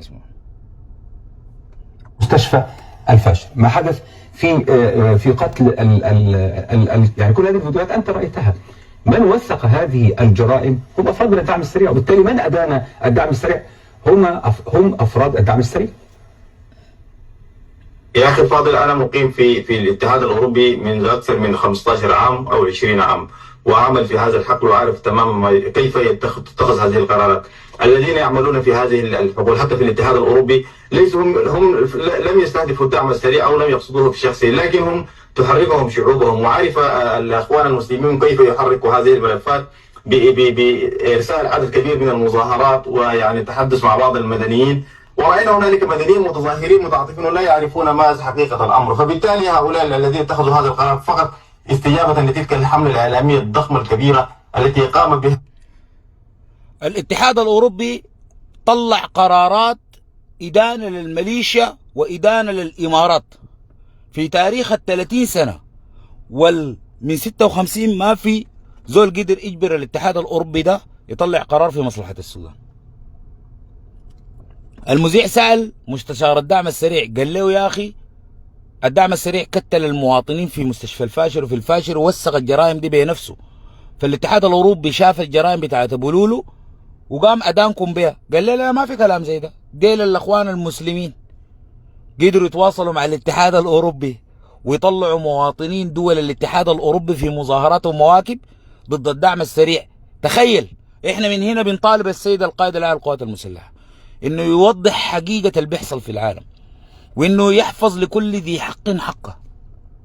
الحاجة اللي حصلت في العالم والوعي والتنوير اللي بيحصل عن السودان قاموا به الشعب السوداني في تلاحم من كل الفئات ومن كل الطوائف ومن كل الولايات ومن كل القبائل والأثنيات.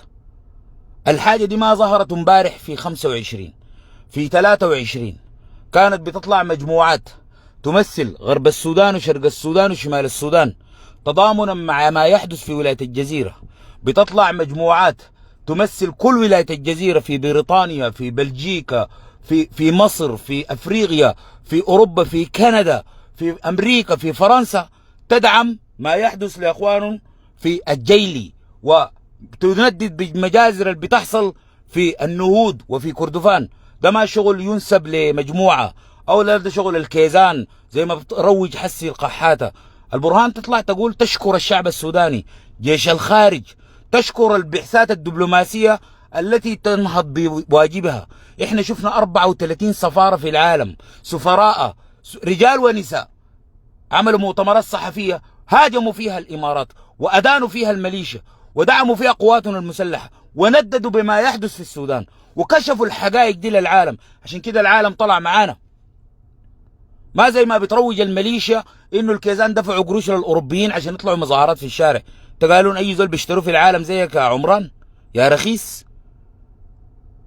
احنا حنواصل في حملتنا الاعلاميه دي، وحنواصل في فضح وكشف الامارات، وحنواصل في فضح وكشف حكام الامارات للعالم كله. الان الامارات في ركن، والدعم السريع في ركن، وداعمينهم في ركن، وانا ببشركم باذن واحد احد، باذن واحد احد بتشوف البشرات دي. هسي المواقف الدوليه اللي انتم هسي شايفينها، الاتحاد الاوروبي بيتحرك، الرئيس الفرنسي بيتحرك، المانيا بتتحرك، بلجيكا بتتحرك، ده كله مسعى ومجهود قايم به والنظام الحاكم الان السودان ده، والمجهود الحكومه المدنيه ووزير خارجيته وطاقمه وكل القائمين معه ورئيس الوزراء والسيد رئيس الجمهوريه والقوات المسلحه ووفود وبعثات القوات المسلحه، كلهم قايمين بالواجب ده. والناشطين السودانيين في الخارج اللي بيطلعوا في المواكب الان، ده لا بيمثلوا مجموعه حزبيه ولا مجموعه قبليه ولا مجموعه دينيه ولا مجموعه ثانيه، بيضحوا. ده الجيش الخارج اللي تحدوا عبد الله حمدوك وجماعته في فرنسا وفي بريطانيا، اللي وقفوا وشرحوا للبرلمان البريطاني والمحكمه في لاهاي. ده كله مجهود الشعب السوداني ويحفظ للشعب السوداني. نتيجته بتشوفوها حسي. احنا قلنا عندنا اخضاع وتركيع. هنا في حاجه بشرى اخيره عشان نوري اللي بيتكلم ده بيقول البرهان يعول على الموقف الخارجي. هتشوفوا في الايام الجايه، وانا كلمتكم اليوم ذاك قلت لكم التشادي ده بيجي بيخضع. الناس قالوا يبلوه، انا ما داير يتبلى، حدا انه يجي يخضع. تصريحات الرئيس التشادي: منعت السلطات التشاديه رسميا استخدام الملصقات والصور التي تظهر شخصيات عسكرية سودانية أو حمل أي من الرموز التي يمكن تفسيرها على أنها تأييد لأي من طرفي الحرب في السودان، وذلك في إطار مساعيها لضبط الاستقرار الداخلي. التشادي الآن رقدت. عبد الله حمدوك الليلة صرح قال شنو؟ قال مستعدون للجلوس مع المكونات الداعمة للجيش. احنا والله المكون الداعم للجيش واحد، والدار يقعد مع زول بيمثل القوات المسلحه والشعب السوداني اللي احنا اخترنا لكم ممثل البوت بتاع البرهان، يخطوا لكم في الترابيزه قدامكم، تيجوا تجتمعوا معه وتتكلموا مع البوت بتاع البرهان، ولا البرهان ولا مدير مكتبه ولا ممثل من القوات المسلحه. دار قال اتكلم، دارين نتكلم مع الداعمين للجيش. دار تتكلم مع منو من الداعمين؟ ما قلت الجيش ده مدعمه الحركه الاسلاميه. عبد الله حمدوك دار تقعد مع علي كرتي؟ اجي يا بنات امي، انت ما قلت ما بتصافح الباندقون، وما بتقعد مع ما بيسكروا، وما بتقعد مع الارهابيين. عبد الله حمدوك الداعم للجيش منو يا اخوان؟ الحركه الاسلاميه. مش ده كلامكم؟ الشعب السوداني داعم للجيش؟ لا الحركه الاسلاميه. علي كرتي دار تقعد مع علي كرتي، خايف تقول اسمه؟ ما تقول عديل. قال الان ممكن نوافق للجلوس مع تجلس مع منو؟ دار تقعد مع علي كرتي؟ يا البوت بتاع البرهانيه تقعد مع علي كرتي. بقيت تصافح انحرفت ولا شنو؟ اجي يا حمدوك. سيد الرئيس كسى مداء